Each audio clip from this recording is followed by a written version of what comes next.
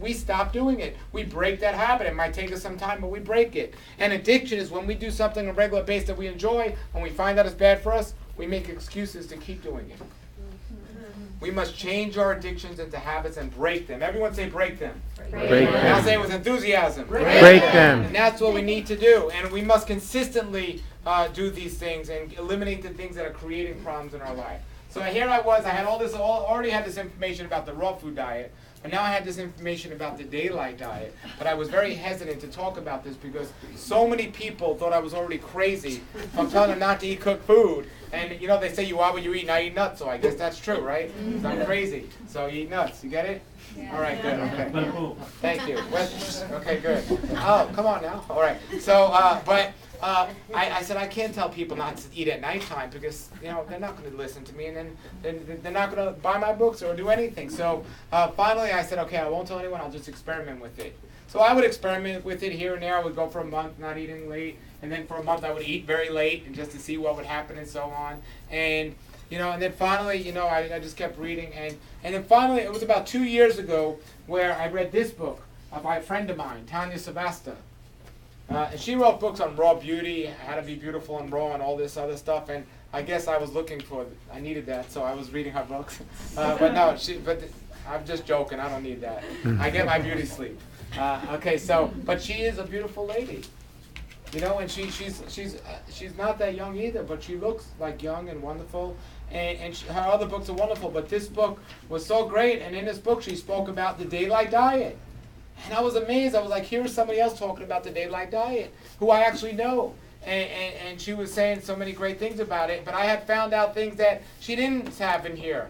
So I called her up and I said, Tanya, you know, I loved your book, but I have even more information that's not in here that I'd like to, you know, tell people about, but I think they're going to react in a bad way. You know, she said, Paul, you never cared about what people think, so why should you care now? I said, you're right. So I hung up on her. I didn't care what she thought. No.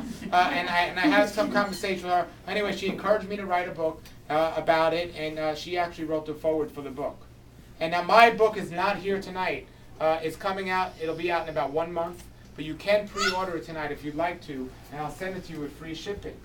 But I did bring Tanya's book here tonight. That is a great thing to get you in a mindset of saying, well, if this lady can do this, well, all of us can. And she wrote a great foreword for my book for that. So then I started getting serious and with the research about it. And I've always researched people from the past. People have been writing books from the 16, 17, 1800s and so on.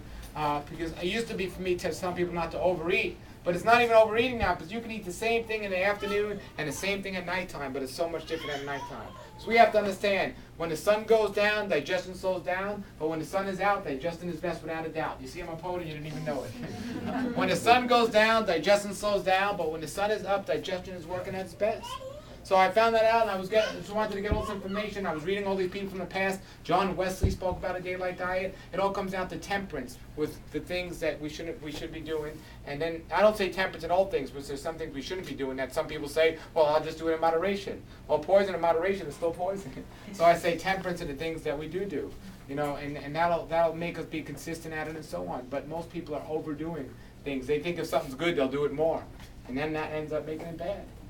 So we have to do that. So I was looking at all these authors of the past. You know, Sylvester Graham was one of the geniuses, writing a wonderful book. You know, Sylvester Graham in the 1800s about temperance and diet and the daylight diet. And Ellen White, if anyone here has any chance of reading her books, probably some of the greatest health books you will ever read by Ellen White. Arnold Ehret, Professor Arnold Ehret, has a great book called The Mucilus Diet Healing System, which I based the formula for health on. Was based on his formula for life. But then, and now I'm going to see how well everyone knows their American history. Then I met a fellow, well, I didn't meet this fellow, but I found one of his books, and his name was Dale Lewis. Does anyone here has ever heard of Dale Lewis? Or Dr. Dale C. Owen Lewis?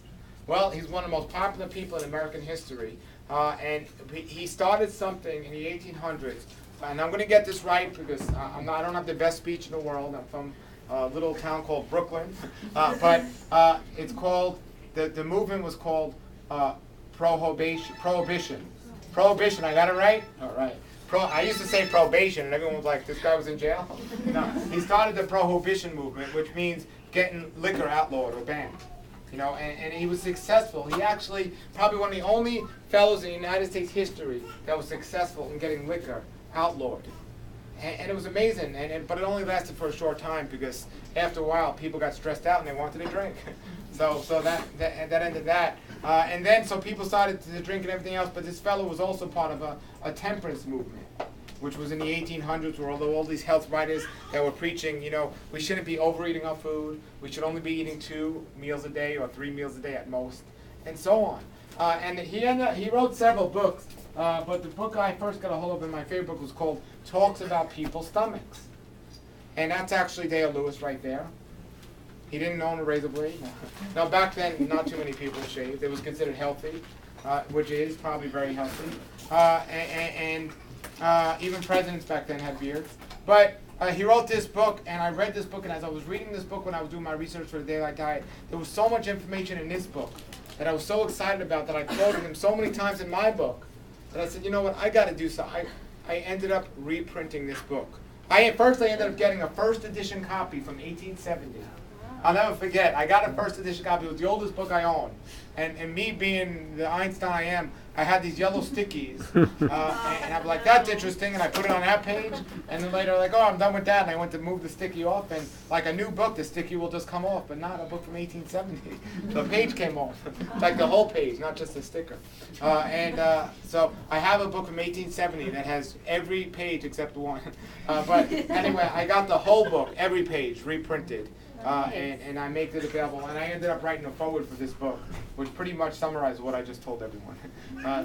So I got that here today, and I'm very excited that you have that. Now, I don't agree with the foods they say to eat, but the timing he talks about it is so important and makes so much sense. And even the foods he talks about today aren't good, but back then, like even bread today, Wonder Bread, it's a wonder to me how people can eat that thing without getting sick immediately. But the breads back in those days were different than the breads today, and so on. So some of those were considered good in those days. But there are some things I don't agree with what he eats, but the timing is amazing. So these 2 books, and I sell it as a 3-pack on my website, is these 2 with my Daylight Diet. I mean, if you read these books and you don't get it, just go out and eat late because you're not going to get it. Because the information is there and so on. So that's the Daylight Diet. That's how I came up with it. I'm just kidding.